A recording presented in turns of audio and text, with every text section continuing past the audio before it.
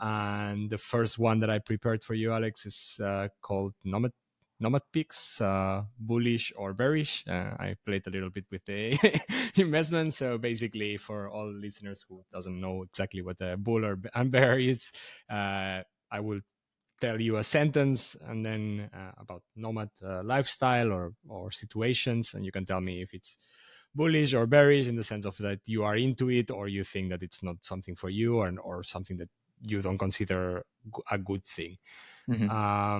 Also, of course, if you have some explanation or some experience related with that, you just feel free to share it. The first one that I have, it's co-living hubs in Southeast Asia. Oh, in Southeast Asia? Well, I in have Asia. zero experience there, but I'll say bullish in general on co-living hubs because I think the experience has shifted to people wanting to have connection outside of a hostel, but also outside of like a hotel or an Airbnb. So I think I'm generally bullish on co-living in general. I think Southeast Asia is probably a good place to do it, although I don't have the experience there. Nice. Paying rent on using Bitcoin. Totally bullish. That's the best thing you could possibly do. Obviously, you want to hold on to as much of your Bitcoin as possible, but if you can establish that, you have a mechanism to be able to pay rent anywhere in the world, and you don't even have to be attached to the banking system. That's a no-brainer. Going to digital nomad conferences as a meeting point. I think I'm still bullish on that. I think sometimes the conferences can be overdone, and it's like the same thing over and over and over and over again. Although it is like, look, conferences are great places to meet people who are like-valued, not like just like-minded. I think everyone thinks about like-mindedness, but I think what's more important is to be like-valued. And yeah, conferences are a fantastic place for that. Always have, always will be. Just really quickly on Satlantis, we have a whole events section so that you can find all of these conferences, so that way you can find these people. So I think in-person events, definitely bullish. Buying land instead of buying property. I think I'm still marginally bullish on that, although you just need to be careful with land and where you're buying it, and obviously you want to buy it in a jurisdiction where the government ain't going to take it from you. Like, you don't, like, imagine buying land in Venezuela in the 1990s. That would be really bad right now. So I think you got to be very careful with that. But certainly still marginally bullish on that. We talk a little bit about this one, but working while constantly in the transit, like in the move all the time. Yeah, I mean, I'm bullish insofar as it's very effective. I'm working, moving, working, moving, working, moving. Although I'm bearish in the side of it's not a good way to relax or travel if that's your goal. Using Telegram for absolutely everything. Bearish. Fuck that. Totally I bearish. needed to put some bearish ones. Sorry. Government issued digital IDs. Very bearish. Very bearish. Yeah, I think that's a disaster waiting to happen. And the last one that I have for this minigame, it's living with zero possessions but a cold wallet. But a cold wallet, like a cold Bitcoin wallet. Yeah.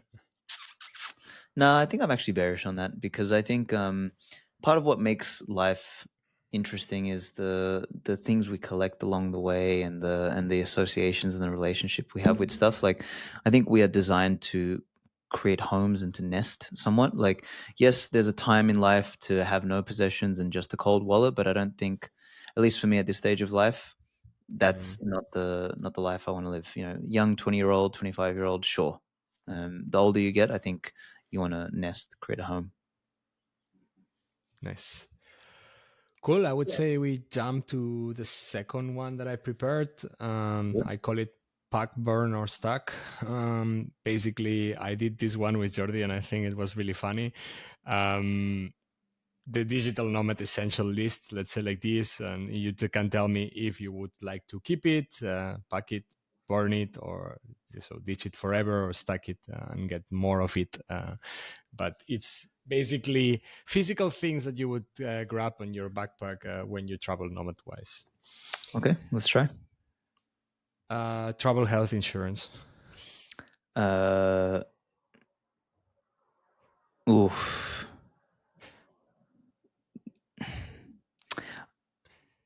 The younger me would say burn, but the older me says pack. I think you should have one, and yeah, it's a good idea. Local SIM cards. No, burn. Fuck that shit. I have so many SIM cards. Now I just do eSIM with Bitcoin, and it's so much easier. Yeah, makes sense. Noise canceling headphones. Yeah, pack that. I think that's a great idea for sure. Cool. Backup fiat bank account. Yeah, definitely want to have one of those. And in fact, let's say stack, because that one you want to have a bunch of those just in case. I've been debanked so many times, so having backups, fantastic idea. Having offline journals, like paper writing. For sure. That one I'll say pack instead of stack because you don't have too many of those, like hard to carry, but definitely an offline journal for sure. Cool. Paying for visa consultant services. Fuck. No, I think a good idea to have that because like doing it yourself, oh my god, like it's painful. So I'd rather just pay someone else to do that stuff for me. Not consultant, but maybe that's not consultancy. Maybe what I'm more talking about is like a service provider or a lawyer to like take care of the job. Is that what you mean by consultant? Or Yeah, okay, exactly. yeah, definitely a good idea. Okay, pack. Cool. Food wise, instant noodles, fast food. No, burn that shit. Fuck that. I'd rather fast than eat junk. Cool. That's a good point. Having credit card points or this kind of loyalty points that give you for traveling. It's Yeah, good. you definitely want to stack that. Now, I've been very crap at that all my life. So now I'm in the process of trying to get a chase card. So, but yeah, if you can do that, that's a no brainer. And then the last one that I have, it's having a minimalist backpack setup. Yeah, for sure. Yeah, I think that's a pack, and I mean, by definition, you shouldn't stack that because you want to be minimalist. So Yes. one. True. Cool. So the last game that I prepared today, it's called Crypto Samurai versus Tourist Trap. So I, of course, took a little bit of inspiration from you, and then I would basically throw different versus one thing versus another, and you tell me which one honors a little bit more the freedom, the sovereignty, and self-discipline that you describe in Crypto Samurai. And if it aligns with you, and or you say no, that makes more sense for people. The first one that I have, it's having quiet decentralized communities in the Andes, or having a vibrant expat scene in Europe, in Lisbon, for example. So which one aligns more with the pursuit of Bitcoin? Okay. Yeah, I mean, I think the first one aligns more with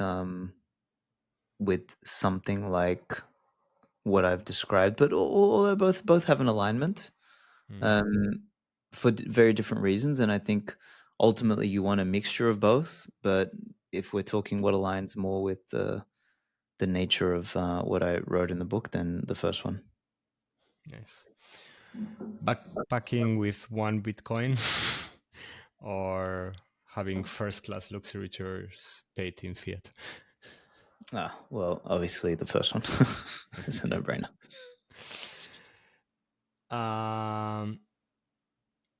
Paying in Lightning or flashy NFT galleries.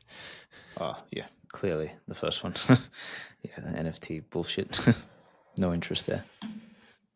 I think this one will be difficult now, but living in a tax haven versus contributing to a local struggling economy.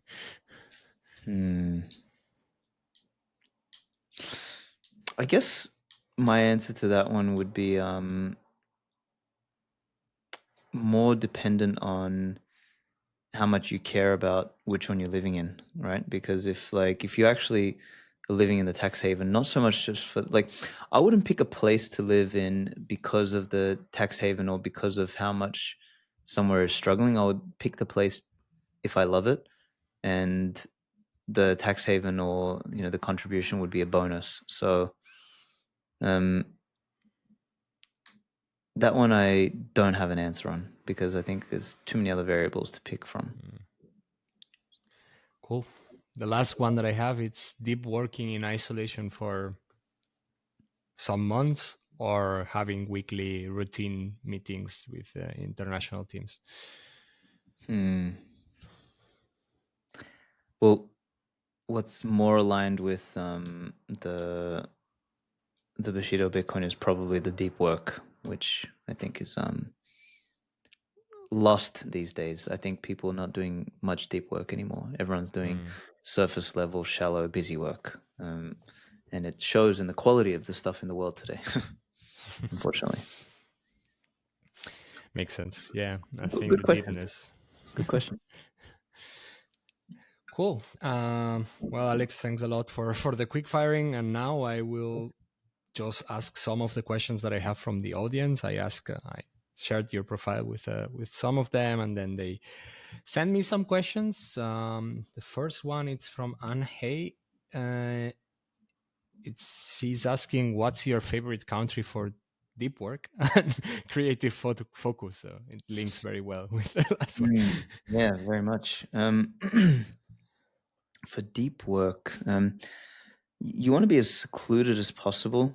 So then, in terms of which country, I have done incredible deep work in the Italian Alps, actually, in the north of Italy. So, like the Dolomites region, stuff like that. Mm. Um, Also in the mountains in Brazil, or in like a Bariloche or a Patagonia or something like that. So I think the countries can vary. I think it's more the terrain, and Mm. for me, like mountains is a much better terrain for deep work than beach or like city or any of that sort of stuff, because like as you know, you just get sucked into these things. So if you want to do deep work, Mm. you need to disconnect, and I think go find the mountains and be in a more cold environment if you want to do deep work. There's something about temperature and isolation that can get you into the zone. Yeah, makes a lot of sense. Yeah, I think it is the best environment. I also agree Yeah. with the Yeah. mountains there. I have one from Dimitri Z. He's asking, how do you handle friendships and dating while constantly moving around? Well, I no longer handle dating, obviously, being married. But when I did, when I was traveling, now I was in a when I did my nomad journey, it was a very unique period of time in human history, which was lockdowns, right? So Mm. like everything was retarded, the whole world was upside down. You couldn't meet people out in person because everybody was hiding behind a mask or like staying at home and stuff like that. So during that period, I was using the dating apps. That's because that was the only way. Um, had I, if I was in a nomad travel dating sort of situation now, I don't think I'd use the dating apps. I think the dating apps have turned into a shit show and everything is too hard on there now, at least from what I can tell everyone that I speak to. So my gut feeling is that if I was to be dating, I'd be trying to find and encounter people like we did in the old school days. Like go to where the fish are, and go to where you are more likely to find people with similar values. So if you're like into health and stuff like that, don't go looking for dating opportunities at the club. It's probably not going to be the right person. Like maybe go and find like a run club, or go like to the sauna, to the hot cold plunge or something like that, to the gym or to the health club or something Mm. like that. So that would be my advice from a dating perspective. Then from a friendships perspective, this one is more challenging. The older I get, the more I realize that what friendship is really about is two things. It's time together and struggle together.